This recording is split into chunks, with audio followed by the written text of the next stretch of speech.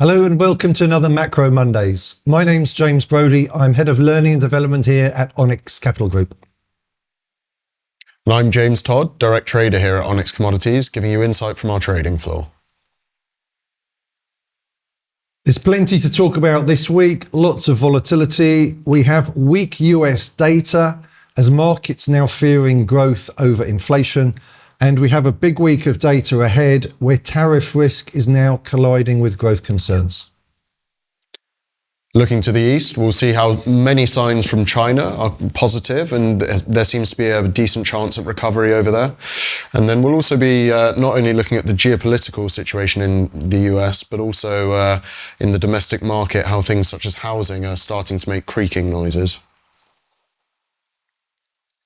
Firstly, if we look at the US data, beginning of last week, we had February consumer confidence coming out.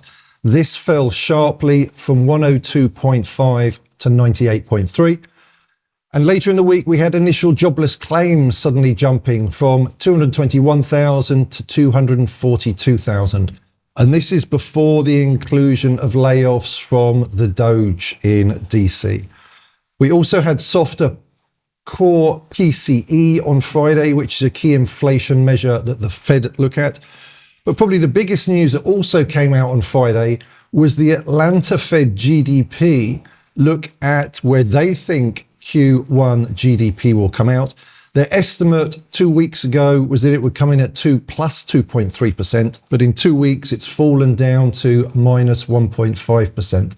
So they're seeing a sharp contraction in the US economy, a sudden slowdown, and that will be the first contraction, if we have it, since 2022, I believe, July.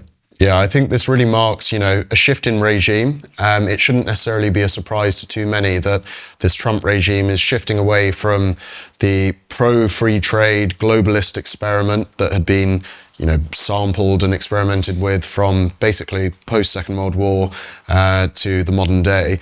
They're going for the opposite. They're looking to put in tariffs. They are laying off a lot of the public sector, as Elon Musk and Doge have been doing, and imposing tariffs, restrictions to trade. All of these are fundamental things that will look to inhibit GDP as a metric. So, of course, it makes sense that the Atlanta Fed, their outlook on GDP is negative. But overall, this seems very much in alignment with what this Trump regime wants to achieve. Absolutely. And we'll see some comments from Scott Bessent in a second, where they're willing to write off 6 to 12 months of the economy, blame that on Biden, before they can start to see some real growth through their current plans. An interesting point as well last week, we've talked about growth weakening, consumer confidence weakening, but the Chicago PMIs, the Chicago Business Barometer, you also saw prices paid leap 16.9 points. This is the largest monthly increase since July 1957, bringing the index to its highest level since August 2022. So for the central bank, it's the worst case scenario.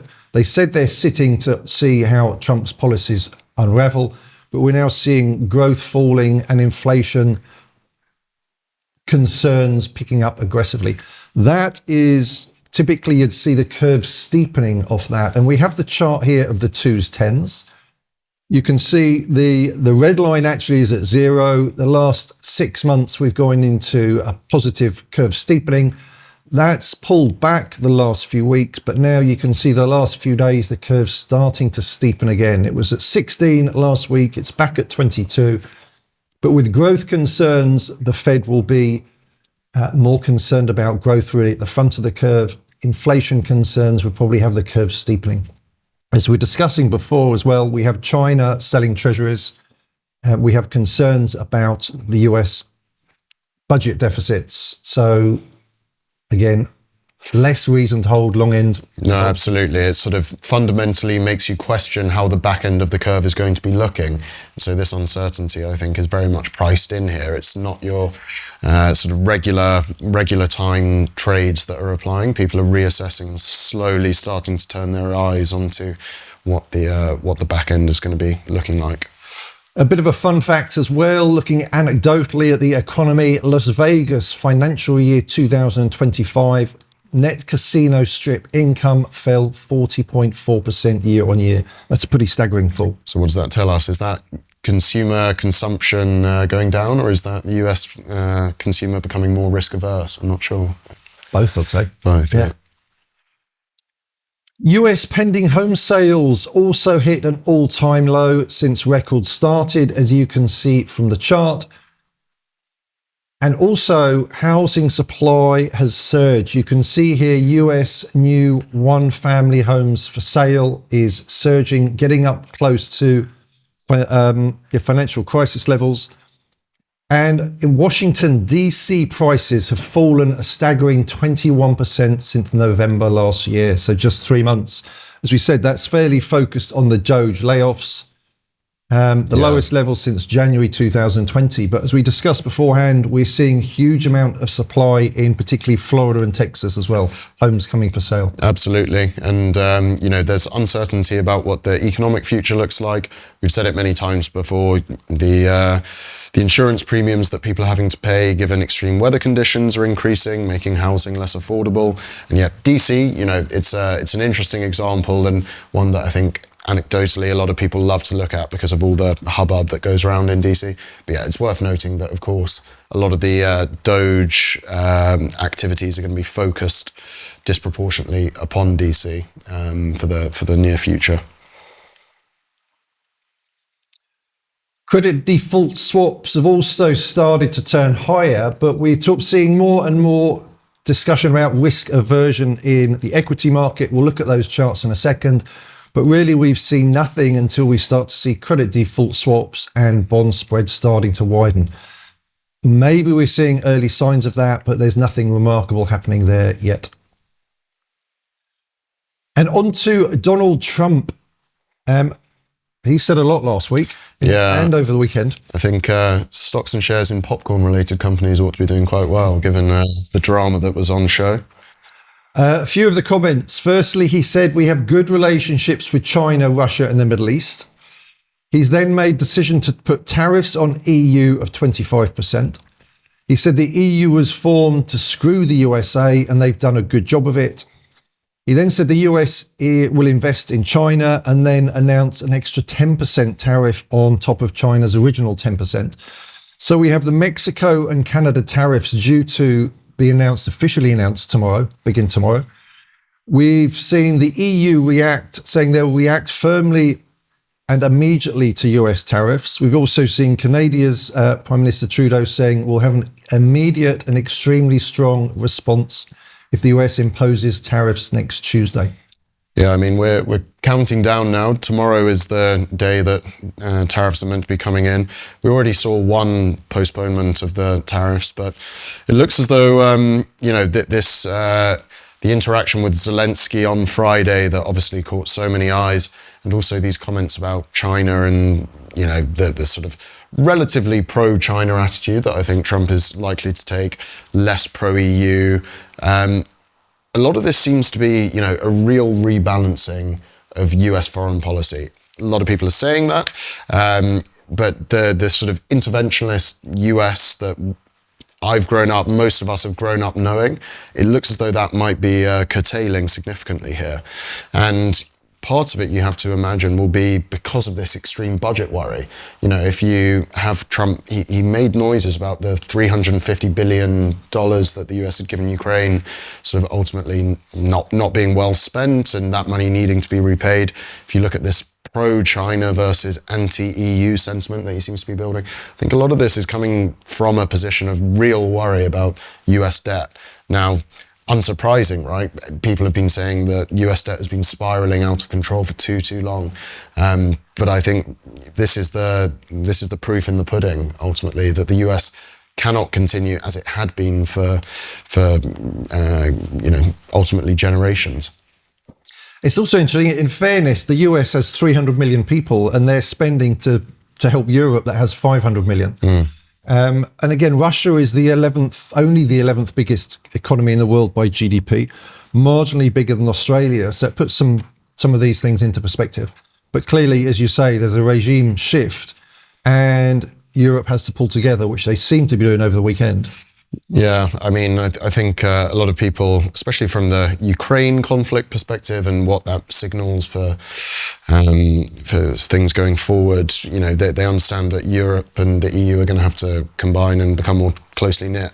But if you were to sort of scrutinize some of these comments, being a bit more laissez-faire about will they come to the aid of Taiwan if China were to invade, you know, it's perhaps a worrying sign for global peacekeeping forces if the US is not going to be around to intervene. And in fact, China's seen the weakness because we've seen much more of their naval exercises just off the Australian coast. So they're being a bit more aggressive in what they're doing, as they're seeing that the US is being less interventionist. Absolutely, yeah. Across the globe. Treasury Secretary Scott Bessent has been very vocal as well, far more than the previous Treasury Secretary Janet Yellen. He said in 6 to 12 months, it becomes Trump's economy. So he's making it plain that there is going to be a weakness in the economy with the impact of the Doge, the tariffs. They're going to blame that blatantly on Biden. He also said the economy is brittle underneath due to excessive spending by the Biden administration. US private sector has been in a recession, and our goal is to reprivatize the economy after Biden. Also, the US Commerce Secretary Lutnick said we will decrease interest rates. So they're laying very clear what they want to do. They want rates down, they want oil prices down, they want to stimulate growth, they want tariffs to support their industry.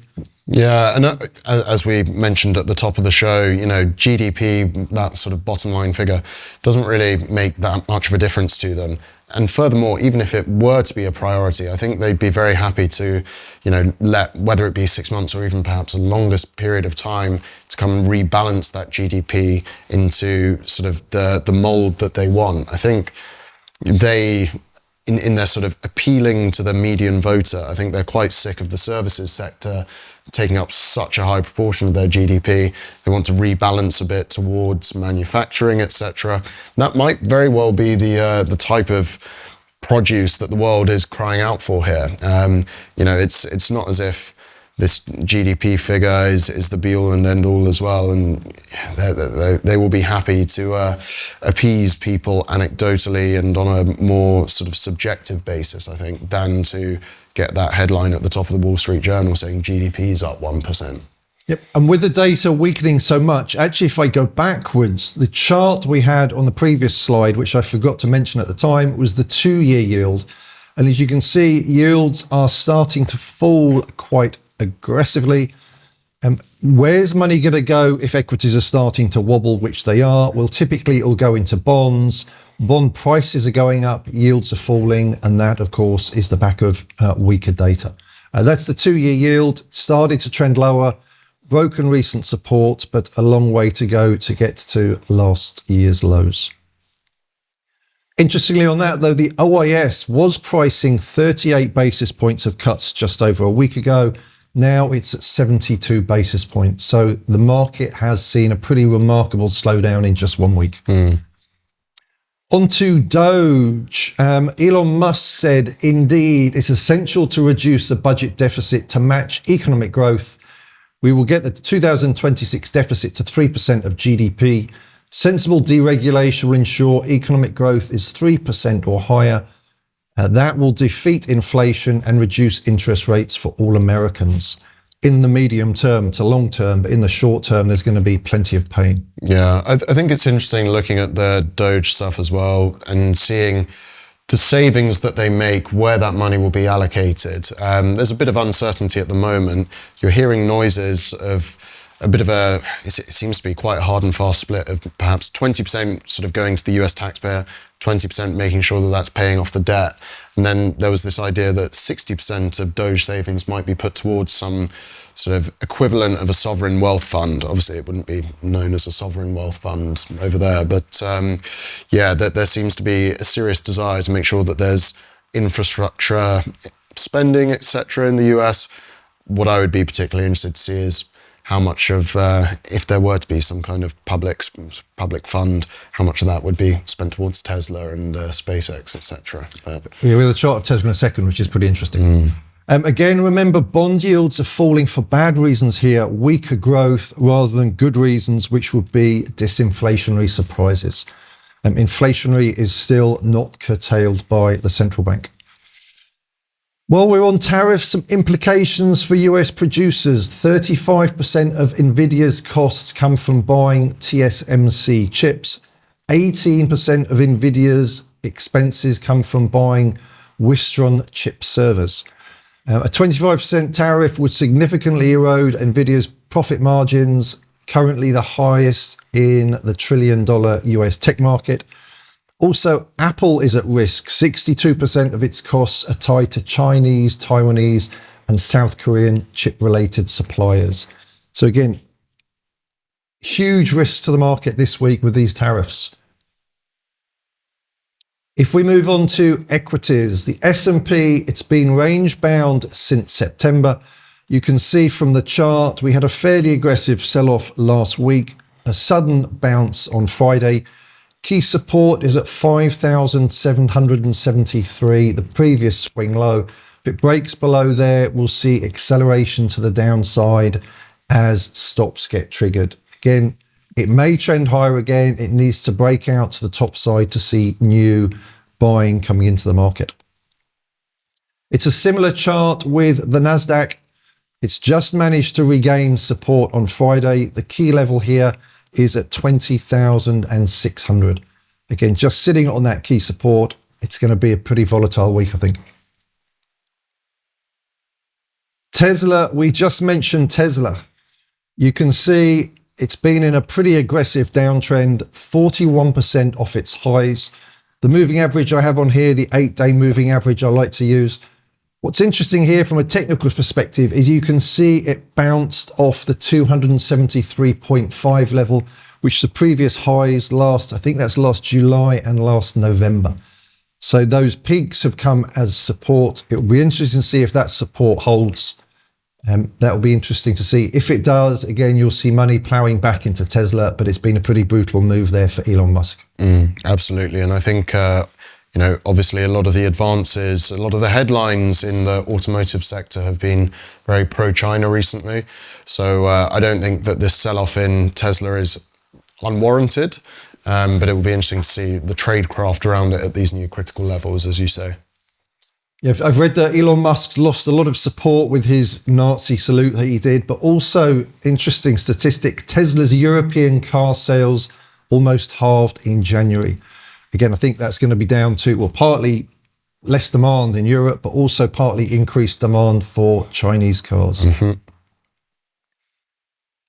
Slightly different chart this week as well. The semiconductor index, SMH, key support is down at 200, which is the previous swing low levels, but you can see that's been in a sideways range for many months now and actually trending down. NVIDIA, we saw last week, it beat on earnings on the headline and forward guidance, but the stock still fell 8.5%. The one bit of negative in their news was negative gross margins, falling from 74.5 to 71 for the next quarter. And on to the Trump-Zelensky rift in the Oval Office. Interesting to see how this plays out. I think Zelensky is going to have to be forced to go cap in hand. No, absolutely. I mean, being on X or Twitter immediately after the sort of presser, Zelensky was tweeting saying, "Oh, thank you at POTUS, thank you at the US taxpayer." He's very much sort of having to go cap in hand, as you say. It seems as though this was a coordinated and premeditated sort of line of attack to go down by Vance and by Trump. I think they've made it quite clear throughout the tail end of their presidential election campaign as well that they wouldn't be backing Zelensky's corner without sort of checks and balances. But I think, it's sort of almost got a bit personal. Attacking him for not wearing a suit, calling it disrespectful. You know, these aren't new things. He hasn't been wearing a suit basically since the invasion. So I think they've really picked a fight here, and I think this is going to, you know, it's revealing of what their attitude is going to be going forward, which is going to be reducing the assistance that they give to Zelensky. And also how Europe reacts. So looking at this from more of a financial market impact, we have the chart here of euro dollar. This is a weekly chart. And you can see what was a previous support level, the white line here, previous support level at 105. Well, the last few months, that's been resistance. And the euro sitting right on that. Will the eurozone, euro area come stronger politically off the back of this? And be interesting to see how that trades. Again, it's been going sideways now for a couple of months. 105 is the key level. A break above there, you'd see sudden buying coming into euro dollar, aided, of course, by US economic weakness. But if it can hold the 105, then you would typically see it trend longer term lower. Yeah, I think also one of the things that we sort of flag here is it's been a great week or weekend for European defence companies, with Rheinmetall trading up, but I think it was very much not just Rheinmetall. It was quite a few of the weapons manufacturing, the sort of aeronautical companies that are probably going to be in quite high demand for new defence contracts coming up, not only to do with the Ukraine conflict, but for a plethora of potential conflicts on the horizon. And if you were to look even at the discourse around Greenland and whether that's going to be subject to US purchase or whatever, you know, I think a lot of countries will be wanting to bolster their defences just to make sure that there's no questions as to whether they can defend themselves. Yeah, on that Rheinmetall, the German defence contractor, opened this morning up 16% on the day. That's quite a move. Finally, let's move on outside the US to China. Data's improving out of China. We're starting to see some green shoots of recovery. We had the official PMIs coming out over the weekend. Manufacturing has ticked up from 49.1. It was in contraction to 50.2. And service sector, previously at 50.2, now 50.4. So a marginal increase, starting to see some expansion there. The composite index at 51.1. Small growth, but again, it is growth. We have seen contraction for many months, so some potential signs of recovery in China. Also some news that China is starting to recapitalize banks with $55 billion. But actually, the move on equities last week was actually pretty negative. You can see from the chart here, this is HS Tech. We highlighted the big move we had on the back of DeepSeek. But again, when the news came out that Trump wants to increase the Chinese tariffs from 10% to 20%, you can see that had a pretty instant impact, negative impact on the equity market. Yeah, I think the PMIs are unquestionably good news, but to see the tech composite index sort of suffering a bit will be disappointing to quite a few speculators here. And of course, we see what will the impact be of the tariffs on Chinese demand for Chinese goods. Something to think about. German and France inflation eased. In Germany, the core inflation fell from 2.9 to 2.6. Big concern, inflation for the ECB. That's easing. Also, we saw the German IFO business climate fall from 85.8 to 85.2. And consumer confidence dropped from minus 22.6 to minus 24.7. Lowest level since April last year. So again, more reason for yields to go lower, more reason to buy bonds in Europe.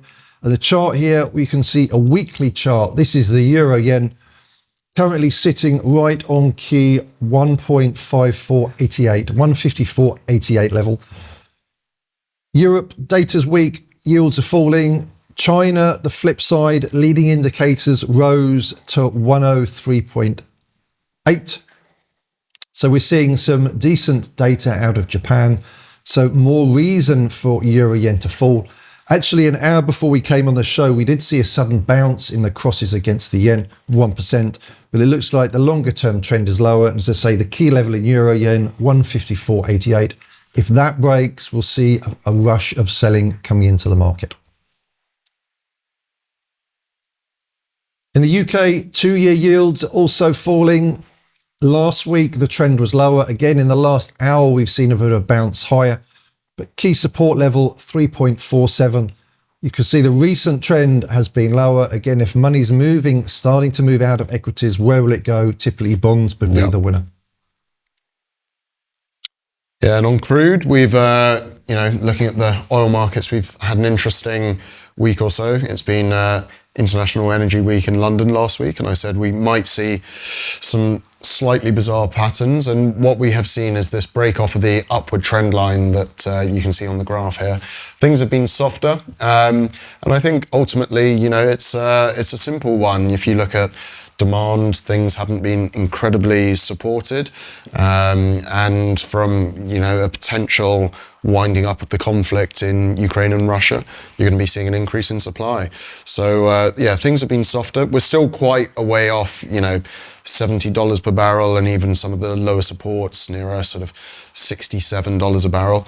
But yeah, it's been a downward trending market, and if Trump is, adamant on lower oil prices, as I think many people are expecting him to be, we're going to be, in for a softer period. You can see from the chart, the rising trend line, well, Brent's broken below that. The last level of support was the lows of last year, 68.84.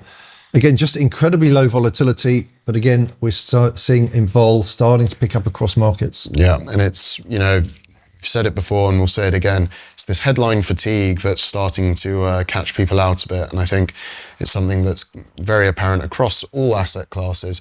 People are, hearing all of this geopolitical news, and you've seen headline A on week 1 versus headline B, which is directly, contradicting it in week 2. And nothing seems to fundamentally change.